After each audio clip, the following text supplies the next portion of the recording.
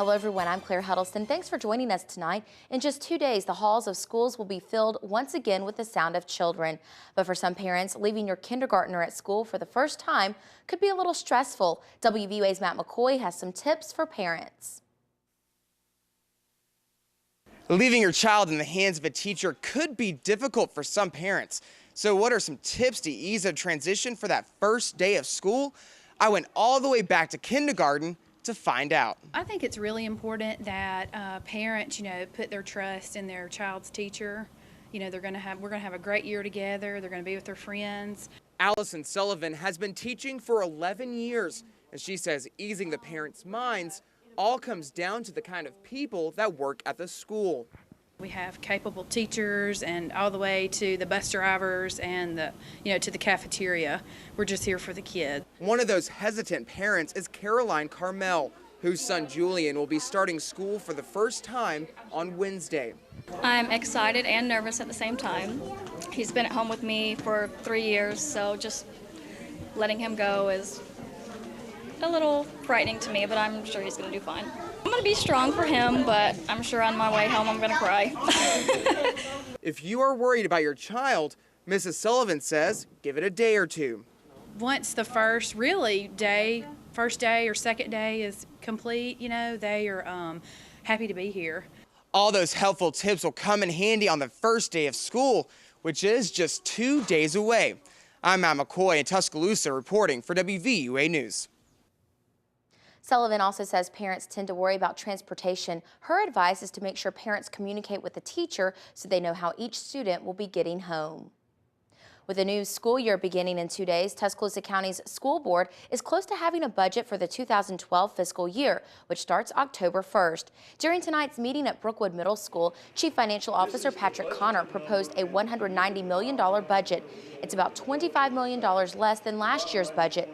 This is due to a loss in state and federal funds. Due to the cuts, the school system will have 20 fewer teachers in classroom this year. Yet, there's been an increase in student population. Connor is very concerned about the lost revenue and the effect that will have on the school system. We've got to live with the resources that they provide, and unfortunately, it's a reduction in teachers. So, yeah, we're really concerned about our ability to be able to take care of the kids.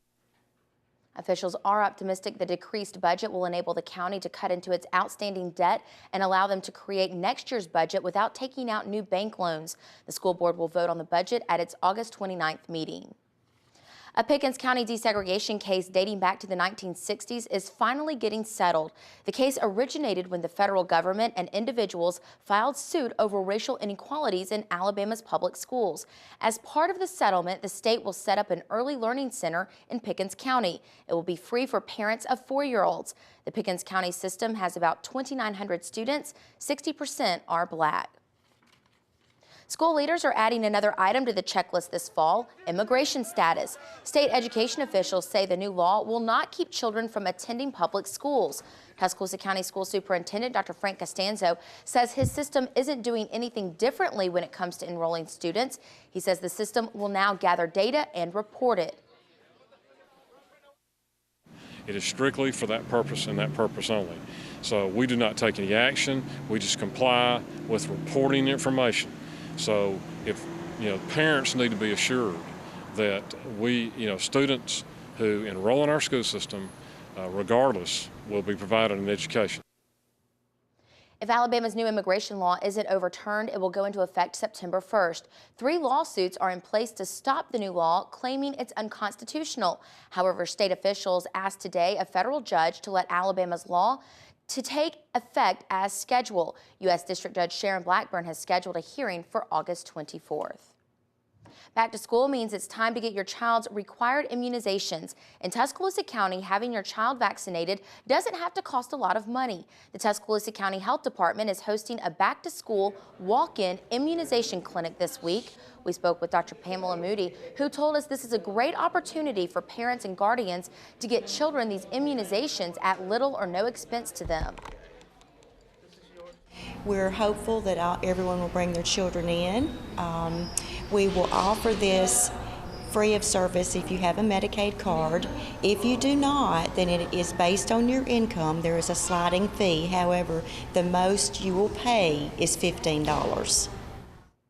The health department says you do not need an appointment. The vaccinations are free if you bring your Medicaid card. The cost for other people will be based on their income. The vaccinations are available Tuesday and Thursday from 1 until 6 and Wednesday and Friday from 1 until 5. For more information, call 205-562-7007. This year's devastating storms mean even more challenges for some families to make sure their children have enough to eat. 3 years ago, the Alabama Credit Union launched a program called Secret Meals. Educators say the meals some students get at school is the only food they can count on.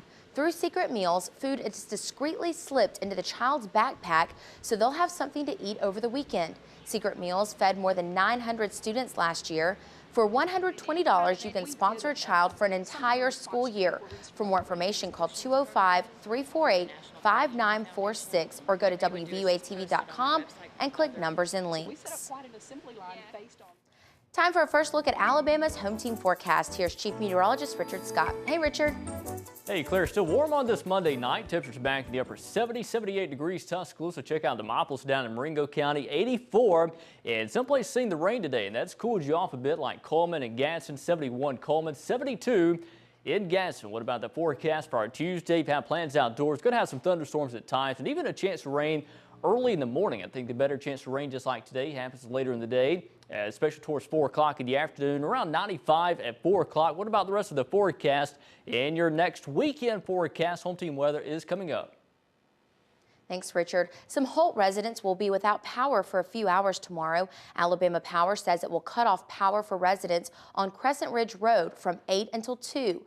Alabama Power passed out flyers to residents warning them of the outage. The outage is for regularly scheduled maintenance to upgrade the lines. 81 residents will be without power and left to find ways to beat the heat. If you don't have friends or family nearby, this can be a difficult task. WVUA spoke with one Holt resident who's found a creative way to stay safe and cool during the outage. Well, I guess I go to a movie theater to see a movie or something. Alabama Power says if for some reason they can't do the project tomorrow, they will try to do it Wednesday, and residents can expect to be without power on Wednesday. Green Track is now fighting a legal battle over its taxes. The state claims Green Track owes $75 million in tax bills. $13.7 million of this bill is said to be for interest for sales taxes that were not paid for their electronic bingo machines.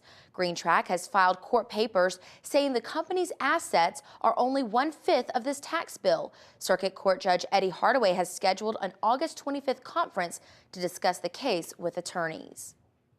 31 people have been arrested in Lawrence County for cockfighting. Lawrence County Sheriff Gene Mitchell says deputies raided a cockfighting ring early Sunday morning on a county road in Speak. The raid came after a month-long investigation into drug activity and cockfights. The suspects are juveniles and adults. Their charges include gambling and animal cruelty.